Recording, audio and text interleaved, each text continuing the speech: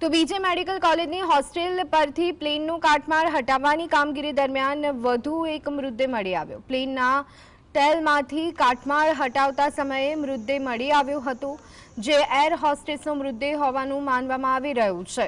બીજે મેડિકલ કોલેજના સ્ટુડન્ટ માટે લાવવામાં આવેલી અતુલ્યમ હોસ્ટેલના પાછળના ભાગ પર વિમાનની ટેલ અથડાઈ હતી, જે ટેલમાંથી આજે સવારે અમદાવાદ ફાયર બ્રિગેડની ટીમ દ્વારા રેસ્ક્યુ સાધનોની મદદથી પ્લેનનું કાટમાળ કાપી અને યુવતીનો મૃતદેહ બહાર કાઢવામાં આવ્યો છે, જે એર હોસ્ટેસનો હોવાની શક્યતા છે। અમદાવાદ ફાયર બ્રિગેડનો એક કર્મચારી મહા મહેનતે અંદર સુધી ગયો હતો અને તેને સાધનોથી આગળનો ભાગ કાપ્યો હતો।